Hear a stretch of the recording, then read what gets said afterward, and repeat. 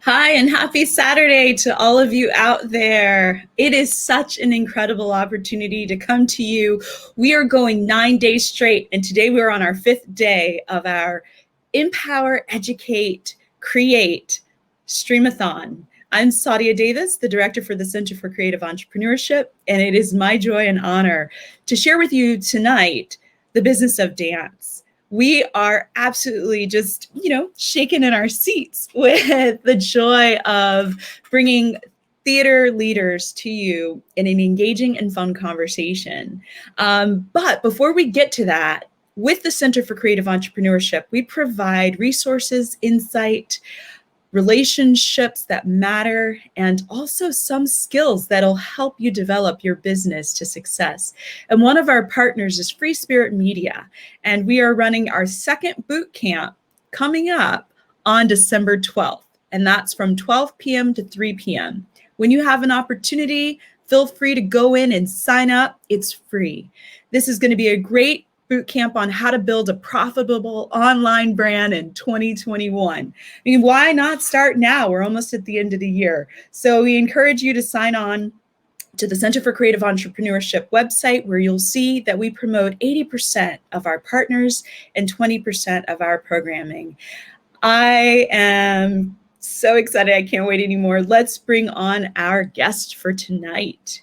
So Pranita Nair. Pranita Nair was and is amazing. She founded Mandala Arts in 2014, where she serves as executive artistic director. Pranita is a producer, curator, master teacher, and choreographer whose work is rooted in South Asian dance forms and their changing context within the diaspora. Pranita has been an exponent of, Pranita's going to have to pronounce this one for me, Bakaram Yam in the Chicagoland region for over 30 years, and her path has flowed into deconstruction of the movement vocabulary, from gesture to reassemblage. She has received 3 MacArthur Awards and is an 11-time recipient of the Master Teacher Award given by Illinois Arts Council. Her work has been presented at Lincoln Center, the Smithsonian Institute, Harris Theater Chicago, Olympics Salt Lake City in 2002, and the MTV VMAs with Shakira. Her work has just taught residencies and workshops at Harvard University, Northwestern University, University of Chicago, and more. Pranita.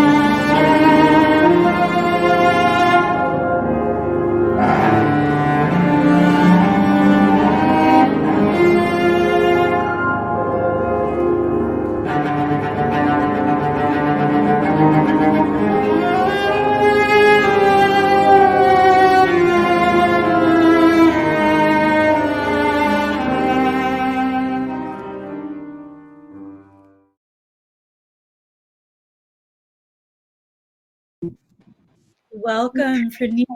How are you? I'm good. Good to see you, Sadia. How are you doing? Well, I'm so happy to be with you. I'm doing well. I just love that demonstration of dance and movement and incorporating all of the body and the hair into that dance. Tell us a little bit about that.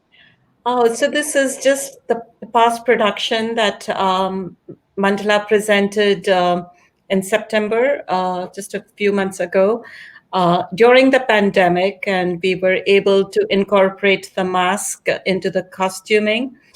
It was based on the translation of Persian script, which is handwritten into the movement of the body. So the dancers are trying to uh, emulate the script on a page into a performance on live stage in very short. It's just beautiful. And, one of the things that we're all seeing is how individuals are adjusting to this pandemic. So the fact that masks were worn, individuals were safe, and yet you were still able to perform. Are you finding that more individuals are tuning into these virtual performances? Was that sort of staged and then it was shot out virtually, or did you have a small audience? So as the guidelines allowed in September, we were able to have like 15 people in the place itself, and virtually we sold more tickets than we actually do for live performance, which was like amazing, like wow. And, I'm people curious from different parts of the country beyond the neighborhoods of Chicago tuned in. So it was quite an interesting mix. So is that something? And exhilarating, like, oh, people beyond Chicago are paying attention. So it's like. Right. So now that you have had that experience with other individuals tuning in from outside, has it become a marketing strategy in terms of who you reach? Are you guys considering the global opportunity of sharing outside of the US? Oh, absolutely, especially with social media and the reach being, beyond where the newspaper circulated or TV shows are seen. We are absolutely thinking of continue to be hybrid. That's great. We're finding that in theater, we had the business of theater last night, and some individuals individual companies are using unique spaces like outside, right?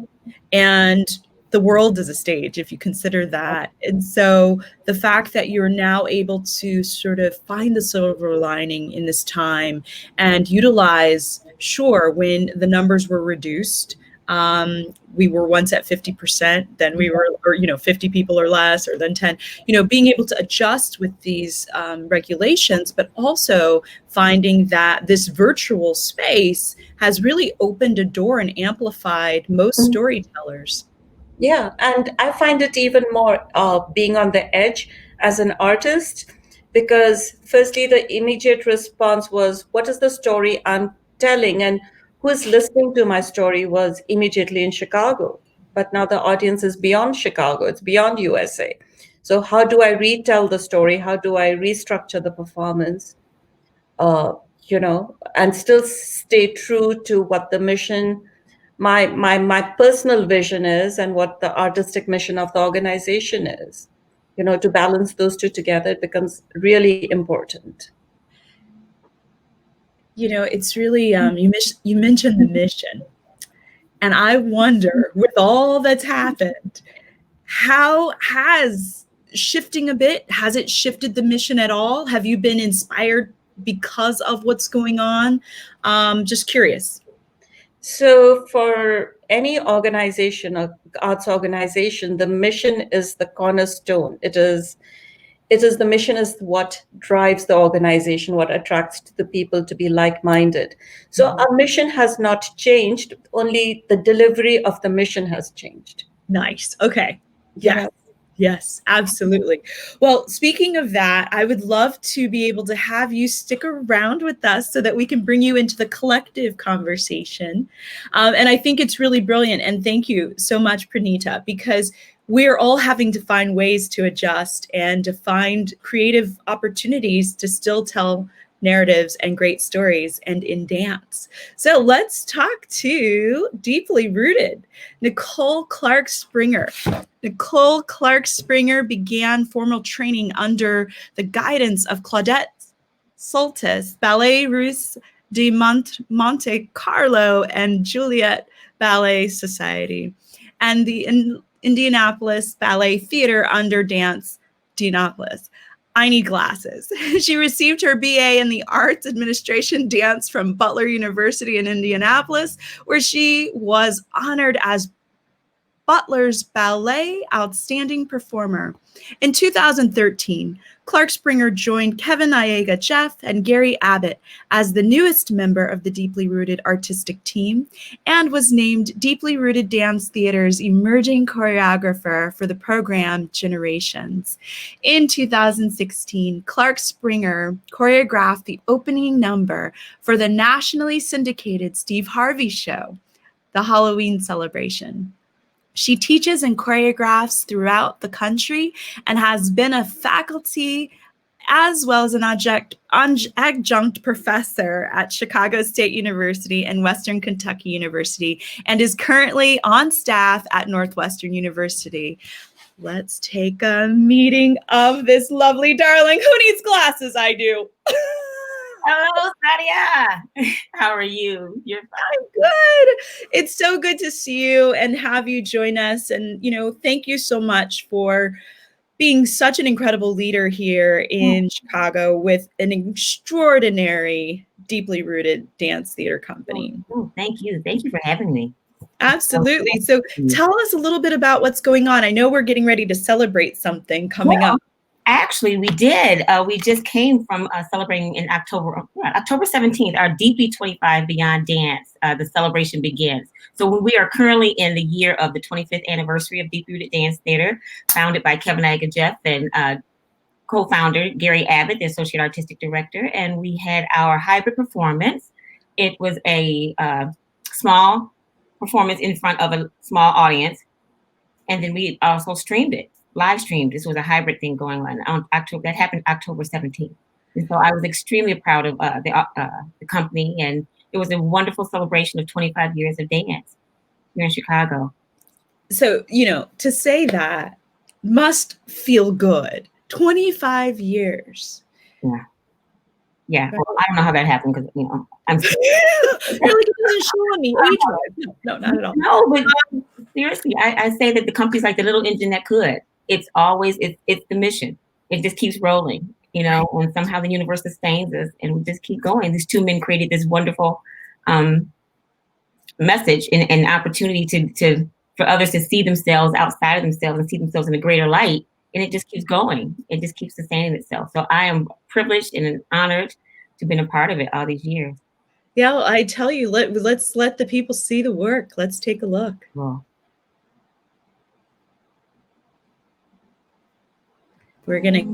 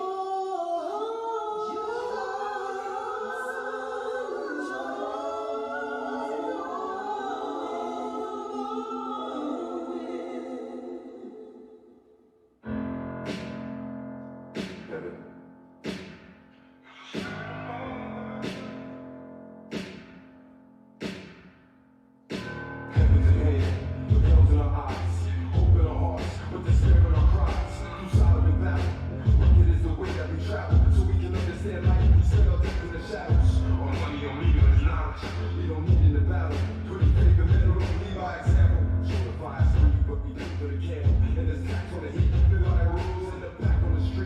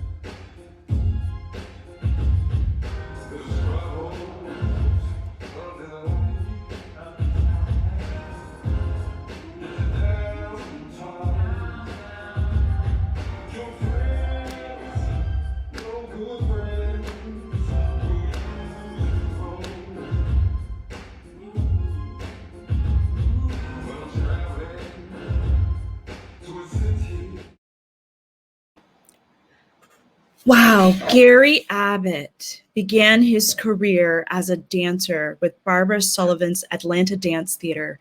There he developed his interest in choreography and created works for musicals presented by Jamandi Productions and the Clark College Players. Receiving a scholarship to attend California Institute of the Arts in 1979, there's no way that was possible. Abbott studied with dance legends Christine Lawson, Nicholas Gunn, and Mia Slavinsky. He later moved to Los Angeles, where he danced with Lulu Washington Dance Theater and Los Angeles Contemporary Dance Theater. From 2001 to 2003, Abbott served as choreographer and Jeff as director for Black Nativity presented by the Bermuda Theater. In 2008, Abbott choreographed Ballet of Emmett Till, directed by Oz Scott, for the Goodman Theater in Chicago, and in 2010, Abbott shared choreographed duties with Jeff Vega for Ada at the Ballywick Repertory Theater of Chicago. Abbott taught at prestigious universities and workshops, including special workshops at Tanzania and Vienna, Paradigm Studios in New York City, Spelman College in Atlanta, University of Missouri in Kansas City, and Liev Dance Foundation in Sofia, Bulgaria, Durban, South Africa, and Tian and Sichuan, China. Gary Abbott, one of the founders, deeply rooted theater. My goodness. What a pleasure and an honor it is to have you this evening. So it is so beautiful of you to invite me here to be with you today. Thank you so much. Thank you so much. Absolutely. You know, it is brilliance in achieving all of what you've achieved as an individual, but then to create an organization that brings other individuals in to be able to experience their dream, and to do that for 25 years. We salute you. Right? Y'all just celebrate 5 years. Thank you.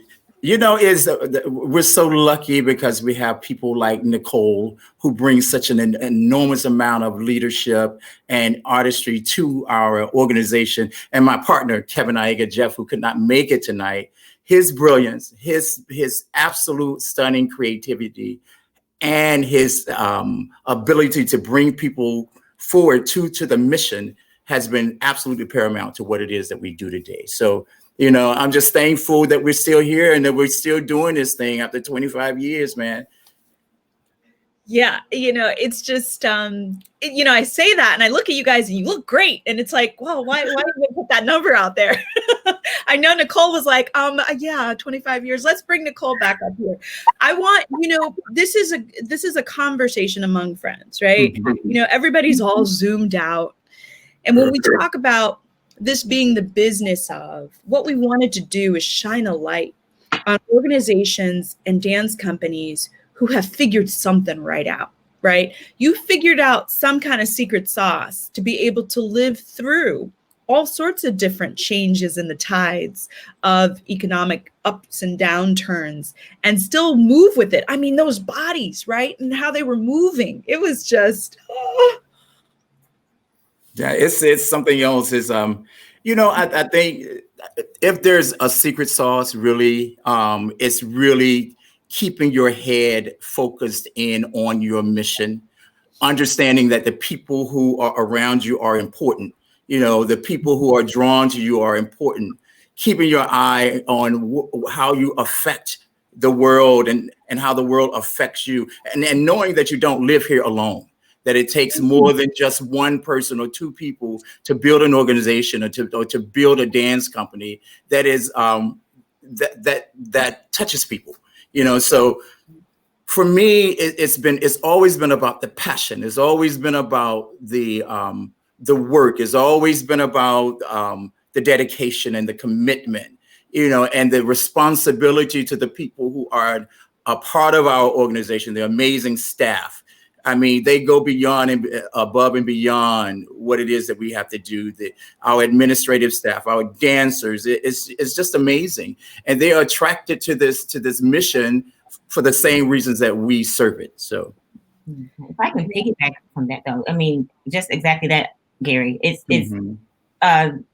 Gary and I have provided a space not only artistically. I came in as one of the first summer intensive students, and then apprentice and company, and they always allowed space for you to grow in the way that you saw yourself growing inside the organization. And so to be able to transition into leadership, even when you didn't see it coming, but the opportunity was there, is what I think was the secret sauce, that you allow the dancer to, to transition into and morph into staff or become, leaders inside of the organization administratively or artistic director. Who saw that coming? But it's that opportunity to grow inside of the organization. That's beautiful that you allowed for that, because you spoke of Gary, in some way scaling, right? Like being not just a two-person organization and then having to grow. And that's not always the easiest thing, but it is somewhat easier when people are open, they drop egos away, right? Talk to us a little bit about just within the dance world and within theater and the programming of pieces, your journey in finding that balance between programming what will attract an audience and still staying true to your mission. I think it's almost, you almost said it exactly what it is. It's first of all, it's the staying true to the mission part of it that's so important, regardless of the obstacles. And I'm not trying to paint this as some sort of, Disney World because of the obstacles that no. You really have to be very steadfast and very focused on what your mission is. And you have to be very, very respectful of the community that you're serving. And you have to understand what's going on around you, but you have to also understand whatever is going on around you is going on around you because of you. So you really have to know that you are affecting, that your company, that what your work, your artistry is affecting the world, which affects you. So as long as you can stay open to that, and for me, and I'm speaking for me and for what it is that I've seen through the company's journey, it's staying open to that and staying open to the truth of the matter that you are here to serve the mission, and you're here to serve the people who come to view what it is that you're doing. And you're also here to inform. Yeah. And knowing your value. Absolutely. And just understanding your value, and that those who are still, sitting in those seats, they see it and they're attracted to it. And you just have to keep doing what you do and knowing that it has merit and there's a space for it. I would take it a step further, having been to multiple deeply rooted performances, is that you also feel it. I've never walked out without tissue. I mean, I don't worry about it. Bring my tissue. Like Oprah, we should tissue boxes under each seat. And then also too, the fact that you offer dance classes pre-COVID, I believe, talk to us a little bit about how you've been switching and arranging the ability to keep people moving, but the classes that you offer to the public. Mature hot women. Yes. Exactly. This one, my Mature Hot Women classes. We started our programming, our dance education, when COVID in March happened in March. We started by non-monetizing them. We offered free classes because we thought it was a time for us to nurture and heal the community, because none of us had any idea what was going on. And so, or where we were going or where we were headed or how dance would look inside of this medium. So we thought we just need to come together and be together as a community. And so we offered the free classes and allowed people to come and take our youth ensemble classes, our Mature Hot Women, and our open company classes for free. We also had inside of that our continuum conversations, where we had a repertory workshop and we taught pieces of deeply rooted rep. And then we stayed after to talk about how it's affecting our lives. What inside of this ballet is important to us and connecting that we can connect to, and spur us forward inside of this moment and allow us to, move inside of this moment with some sort of clarity or strength. And so that's how we move forward. And then we were able to, go into our summer intensive and monetize it from here on out. And so classes have been booming. We're very blessed in that way that, someone, they need to be connected to some sort of something. I think people are looking for, even though we're zoomed out, we need to have a human connection.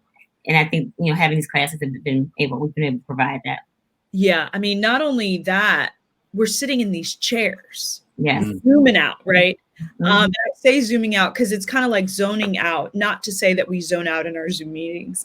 But I'm saying that it's just so much of kind of the same thing, which is one of the reasons why we use this platform, so that maybe it'll come across more engaging and keep people more motivated because it moves differently, right? Yeah. Which is something that I believe your company does. It moves differently. And we can see that in the success and the longevity of it being here. So I look forward to celebrating another 25 and another 25. And before you know, we're going to have 100-year celebration.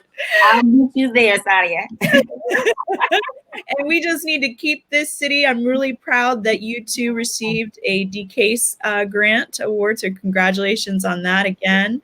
And let's bring Pranita back into this conversation, because you all exist in this world of dance. And I would rather just let some of you share a conversation and have some questions and answers for each other that will guide us in your conversation. So, Sadia, first, a big hand for Deeply Rooted, and Gary and Aiga and Nicole, kudos to all. Thank you. I had my first opportunity to work with the company in 2003, and I heard the magic words from Aiga, and he said, "It's not about you and me, Pranita, it's about the community." Mm-hmm. So it is super important that the community feels the impact of our work and how we weave the community into us. So I like to keep that in my perspective when I'm working. With the young dancers, we have a Mandala Makeup Festival about emerging young South Asian artists. Mm-hmm. And let's be realistic. What we do is in the moment. It is our passion. It is a personal journey. But how do we make it relevant for the larger community? Yeah. Pranita, are you all teaching class? You're having class as well? Yeah, we're doing it online. So we're doing it online, and we do a dance movement program for senior citizens. Oh, wow.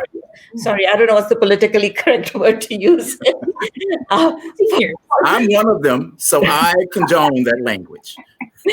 Yes, and it's just for them to have fun and enjoy and, feel the power of dance and music in the system. And also talking about it, it's about creative entrepreneurship. They take the stories back to the grandchildren, like the grandchildren see them happy. So how do we build up an academy from their goodwill? So exactly. That's always been an amazing thing I think about your company, is that when Claudia was talking about us feeling about what she felt after seeing us, when we worked with you, we knew immediately that we had a kindred spirit. So I understand that mission, and I understand what it takes to do all of it. And I commend you for holding on, so tightly to what it is that you do, to the mission, because honestly and frankly, our stories can be missing from history today. If it wasn't for you holding on to tight to your stories and the value of who you are in the community, those stories can start to drift away. So I'm always buoyed by and pushed forward and inspired by your tenacity. All right. Well, a deep bow to all of you. Absolutely. It's like, yeah. Yeah. When is your next? I'm sorry. I have questions for Pranita. When is your next show, Pranita? Well, it's airing right now. We do an annual production, which is called The Story of Ram, which is the South Asian response to the Nutcracker. So oh, wow. So we are in our fifth year, sixth production, and it is virtually going on online right now as I'm speaking to you. Where can we watch it? Do we go to Mandala? Where can we send? So it is being presented by National Indo-American Museum, and the website is niam.org, where they're selling tickets for our fifth a fifth year, sixth production of The Story of Ram. It's like Beautiful. and it is online. It's going to be online for 10 more days. So we had to. I would definitely be there. Yeah. So we were not going to stop. We were not going to stop the tradition of doing it everywhere. How do we do it differently? Excellent. So we had to learn technology. I had to learn technology, and I was so grateful for the team, Ashwati, who's edited it, who put it together. Excellent. I want to share a comment because, I think that you guys should see this. Ms. Sharon Morgan says, I'm loving that they all are incorporating their mission of dance to the older community. Yeah. It belongs to all of us. It belongs to all of us. If it wasn't for my grandmother and her grandmother and their grandmother, I would not have the capacity to do what I'm doing right here today. If you ask me, sometimes we can get too far away from our generations. The value of having young people and older people in the room at the same time, having conversation. That's the world. That's who we are. That's important. Yes, and the values that are still being given to us by the older community, about being together, about respect, about discipline. It takes a discipline. It takes patience, and those are super important qualities in life. I wonder kind of how music has transitioned with different, if you call it generations, right? What do you think of these new dance forms, one of which is called footwork? But you know what's funny about ahead, Nikki. Oh no, when you think about what you can honestly go back to African dance. And so as my grandmother says, there's nothing new under the sun. It's always going to be a part of you, ingrained in some sort of way. It's just reimagined and a new voice on top of it. But it's not new. It's African dance, and it comes from something that's, whether you understood where it's coming from, it's in you. It's in that DNA. It's in that, right on that skin, and you just have no idea that it's there, pushing you forward, and and moving you and inspiring you into this new genre, which isn't new. So it's wonderful, I think, because it's just circular. Yeah, I love it. I mean, one of my reincarnation goals is to come back as the baddest breakdancer you ever saw in this whole. I think there's a movement to make breakdancing into an Olympic sport. I'm probably screwing that all up, but I think there's a movement for that. Which I think is quite interesting. Yeah. Spinning on your head. If I bowed my head too much, it'll fall off my shoulders these days. So. Oh no! I do believe with the amount of what your body has been trained to do, you'll be in good shape for a while. In fact, I got to read this because I literally. Brandon Bro, I'm going to bring him up actually, is a visual art and media person. He's done the visual arts for Chance's album covers, and he started out in breakdancing, and I had a brief conversation with him earlier because I was thinking about this conversation we're going to have tonight, and I was thinking about how, so many people in their creative juices may come from dance and then they end up going in a different direction, right? I dance every morning. I think I've told Nicole this, it's how I start my day. And so, I definitely encourage our viewers to support these dance organizations that have classes, right? That you can engage with. And I tell you, mature hot women, every time I stretch differently because Kevin, Jeff saw my knees a little too straight, and we got to find ways as we do gracefully age, and keeping these machines that carry our soul and our spirit well oiled. And I think any form of movement does that. Right? I absolutely agree with you. It's so interesting. I'm at this moment now where I'm sort of like moving into this other sort of zone of reality when it comes to my broken body. I can see it in my head, but I'm like, but really, can you do it, Gary? That's why we have these brilliant artists, these brilliant dancers who can see what I'm trying to do and go, oh man, let me help you with this. And you guys, the vision is so strong on all accounts with Mandala and Deeply Rooted. I feel like there was a question I was going to ask, but I feel like you've answered it, which in terms of tips for success, right? In terms of a company, and in this case, having scaled and maintained, both companies, a significant presence, and also having received grant funding, which is really important to arts foundations to continue to prosper. I will say that, I think it's important to share some golden nuggets, and you did share some secret sauce, but are there any golden nuggets, Gary, that you'd like to share? I think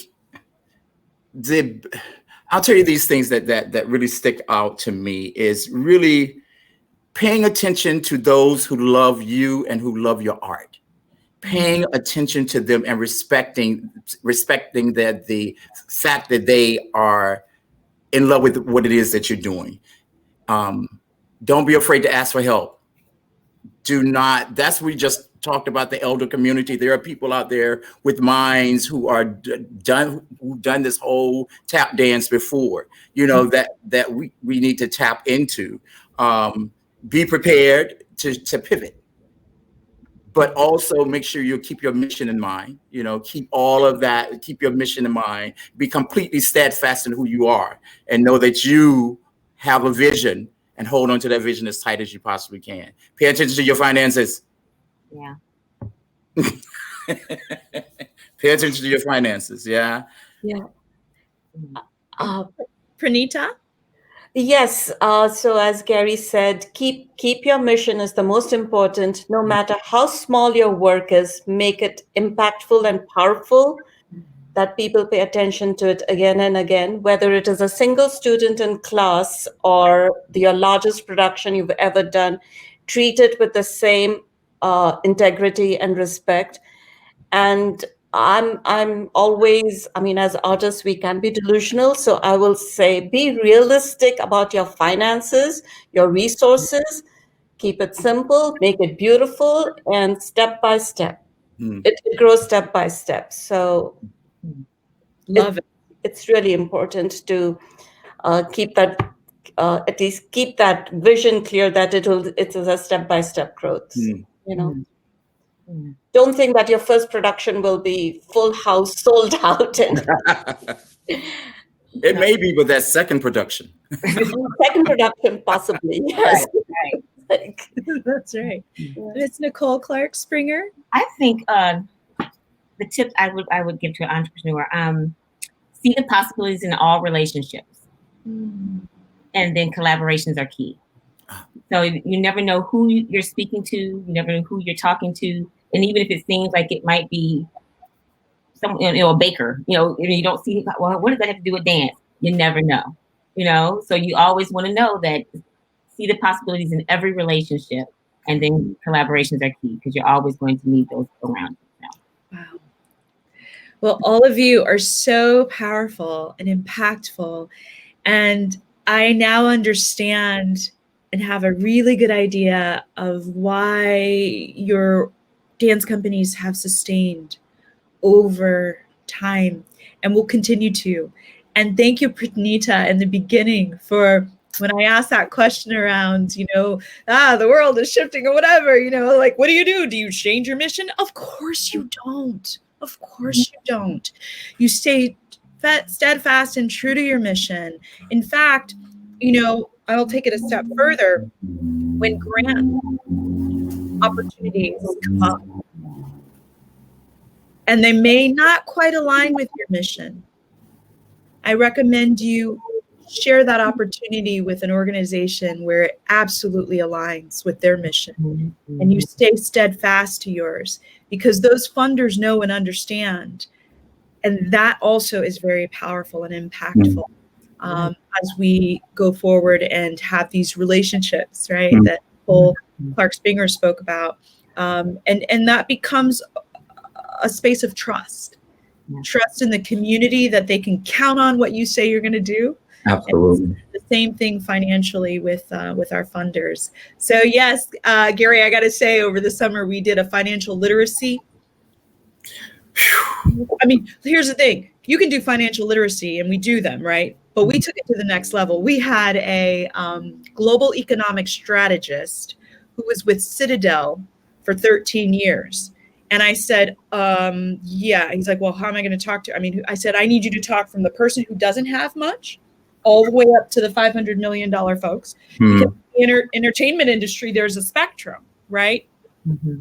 And we did that because one of the things that happened with the pandemic is that people were living, paycheck to paycheck, shoestring budgets, not knowing or understanding what a force majeure was, even though it was in the music contract that, an act of God could happen, right? Mm-hmm. So everybody had to reevaluate contracts, finances. It's no longer a 6 month, not 6 month, maybe it was 6 months or a year. It's now an 18-month spread that people have financially in order to secure themselves. So thank you for mentioning that. That's really key. It's really important. And Nicole, you couldn't have said it better. Relationships are key. Yeah. And I mean, I just came to a couple of performances when I first landed in Chicago and fell in love with Deeply Rooted. And now look, 11 years, and I'm like, can we have you guys on a conversation? Because I need for the world to know that my heart was like snatched, just snatched. It's left somewhere on stage. I got part of it over here. But I just love that you guys have joined us tonight. I wish you grace, peace, and a full heart of gratitude for joining us on a Saturday night. So we're going to encourage you to enjoy the rest of your weekend. Thank you, Pranita. Thank you, Gary. Thank you, Nicole. It has been an absolute joy to have a conversation among dance theater company leaders and friends, people who have collaborated together and found a value in each other's work.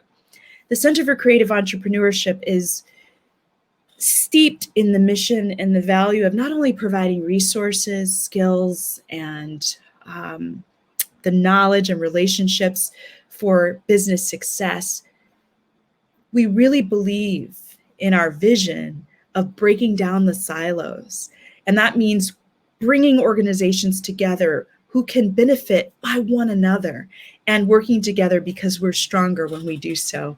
So it's that lovely time in the evening where we're in the middle of a Stream-a-Thon in order to raise money for the Center for Creative Entrepreneurship. Now, I always say that no amount is too small or too big because every penny counts. One of these days, I'm going to remember where my penny necklace is. And before this 9 days is over, you will see it on me because it does. Every cent matters. And during this time, for the last 9 months, we have offered our programming for free. And we continue to offer these 8 days of engaging, interactive, power-packed conversations for free. On that 9th night, we do encourage individuals to contribute for our final night and our finale, which is the film industry. So tonight, I ask you to reach into your heart and feel your spirit. If you feel the need to give, we'd love that. And if just share this Stream-a-Thon with other friends would also make us very happy. I'm Sadia Davis, and I want to show you this drum.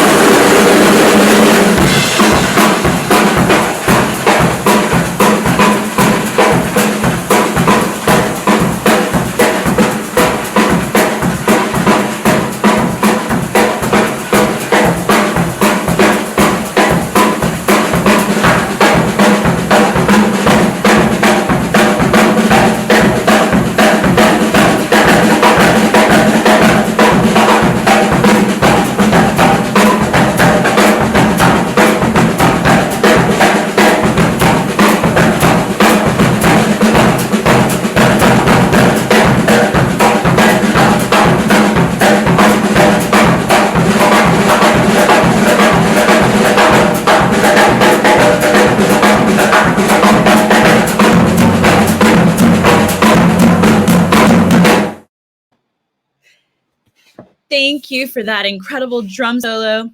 Tonight, our drummer and performance is going to be by Jeremiah Collier. Jeremiah Collier has been playing a full set of drums since the tender age of 2. He is a born drummer. Jeremiah Collier has been turning heads in Chicago since his parents encouraged him to learn to read and play instruments fluently. He attended Shy Arts High School, Ernest Dawkins, and the Young Masters of the Jazz Institute of Chicago, and has been playing around the Chicagoland area for the past 7 years. He has played with a plethora of artists such as Ernest Dawkins, the AACM, Ari Brown, Robert Irving III, Bobby Watson, Dennis Times, Antonio Hart, Don Braden, the late, great Mr. Willie Pickens, and many more. Jeremiah Collier has also been blessed to tour with Kissimmee, Washington, and is currently touring with Stanley Clarke. Now, for those of you over the summer who checked him out, you can also find him when it's hot, playing on his stoop on the south side of Chicago. He was a member of the Thelonious Monk Institute of Jazz All-Star Peer-to-Peer Group, which was composed of the best high school student musicians around the country. He has performed in several jazz festivals throughout the Chicagoland area, such as the Hyde Park Jazz Festival, Jazz Chicago Festival, Inglewood Jazz Festival, and the 51st Jazz Festival. Let's take a listen.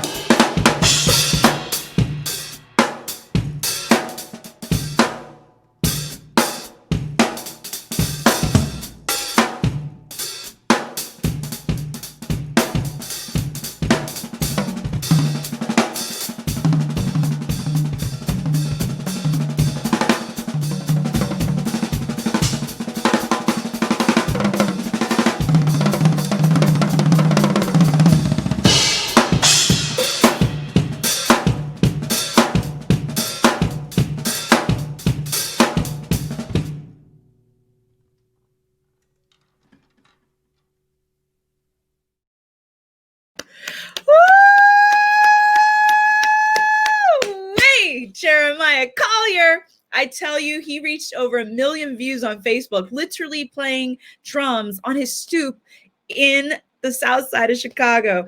Thank you so much, Jeremiah, for your incredible talent and sharing it with us during these really incredible days of giving. Thank you to our guest, Pranita, Nicole Clark-Springer, and Gary Abbott. Thank you to all of you who are finding a way to engage with us, share your wisdom, and continue to inspire and create. I'm Sadia Davis, the director for the Center for Creative Entrepreneurship. Join us tomorrow night when we bring on Mr. Hill Harper, who will host some visual art legendary guests like Nick Cave and the Michelle Boone and Aaron from New York, an incredible curator, and a drum solo performance by Kahil Alzabar. So join us tomorrow night, 7 p.m. Have a great night, everybody. Thank you for being with us.